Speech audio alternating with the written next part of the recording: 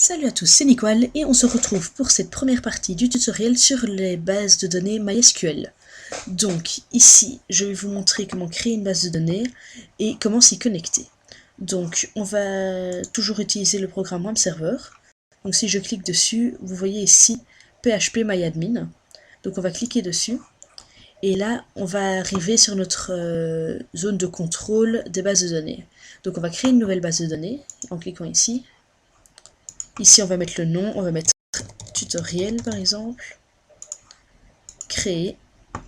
La base de données a été créée. Donc ici, on va l'ouvrir. On va créer une table dedans. On va l'appeler MySQL. On va mettre 2 colonnes et on va la créer en cliquant sur exécuter. Ici, donc, on va les colonnes, on va en appeler une ID. Et ici, on va mettre nom. Donc l'ID, c'est un entier, donc INT, c'est un chiffre entier. Varchar, c'est un mot, enfin un mot ou plusieurs mots. En tout cas, c'est moins de 245 caractères, je crois. Texte, ben, c'est pour des longs textes. Et date, ben, pour date. Puis après, vous avez encore d'autres formats que je ne vous expliquerai pas maintenant. Ici, on va mettre en auto-increment. C'est-à-dire que ça va automatiquement se remplir quand on va... Donc on ne devra pas spécifier le nombre qu'on va mettre, ça va automatiquement compléter ce nombre. Ici, je vais mettre en clé primaire. Donc là, on va mettre en varchar. Donc varchar, c'est pour des mots. On va spécifier la taille. Donc ici, maximum 5 caractères. Ça fait des dizaines de milliers. Et ici, on va mettre 100. Comme ceci. Je descends, je fais sauvegarder. Et ma table a été créée.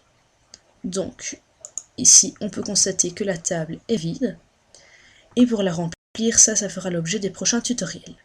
Donc ici, je vais vous montrer comment se connecter à la base de données. Donc ici, on va taper le code mysql_connect. Puis ici, on ouvre les parenthèses et dedans, on va mettre 3 données. Comme ceci, séparées par des virgules et mises entre apostrophes ou guillemets, bien évidemment.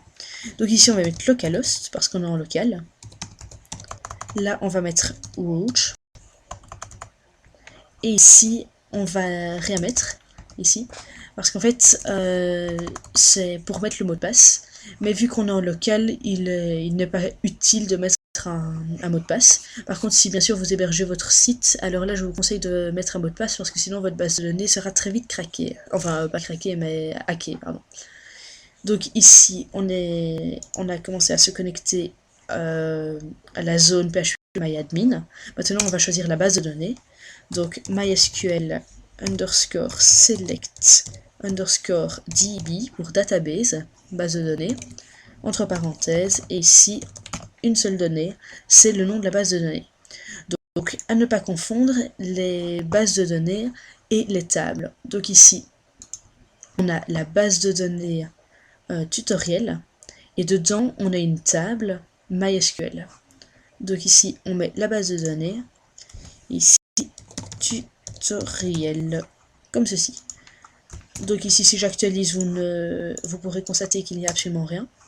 Mais pour vous montrer que le codage a bien été pris en compte, si ici j'enlève le point virgule, il va râler et dire qu'il manque un point virgule. Donc voilà, à la ligne 5, si on regarde, ligne 5, juste avant, il manque un point virgule. Donc voilà, ici on n'a plus l'erreur. Donc c'est la fin de cette première partie. Donc dans la prochaine partie, on va apprendre à insérer des données dans la base de données. Et puis après, on apprendra à les modifier, à les supprimer, etc. Donc ici, je vous dis à la prochaine pour la prochaine vidéo. Salut!